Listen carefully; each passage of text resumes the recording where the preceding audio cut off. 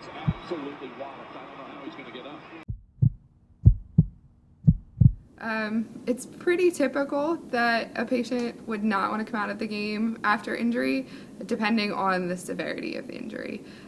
Most athletes are used to playing through some amount of pain because of the stress that they put their bodies through on a daily basis. I mean, you're definitely at risk for things like osteoarthritis in any of the joints, which in certain cases can be debilitating. You're at risk for further surgeries. If you had any kind of surgery while you were an athlete, you're at risk for early joint replacement.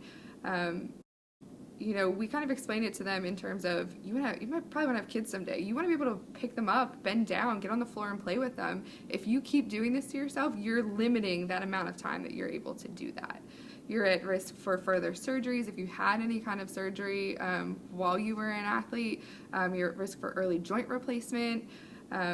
First, they'll go through a sideline eval. So we'll examine the patient, try and determine exactly what the injury is and what the cause of it might have been if it wasn't a contact injury. So we look at things that are non-contact. Somebody just fell over, their knee gave out, their ankle gave out, all of a sudden they fall over in pain, and they didn't get hit. We have to figure out what the cause of that is. Why did that happen? I've been doing this a long time, and I understand that this is their whole life. This is what they train every day to do, and most of their goals are wrapped up in basketball in some way.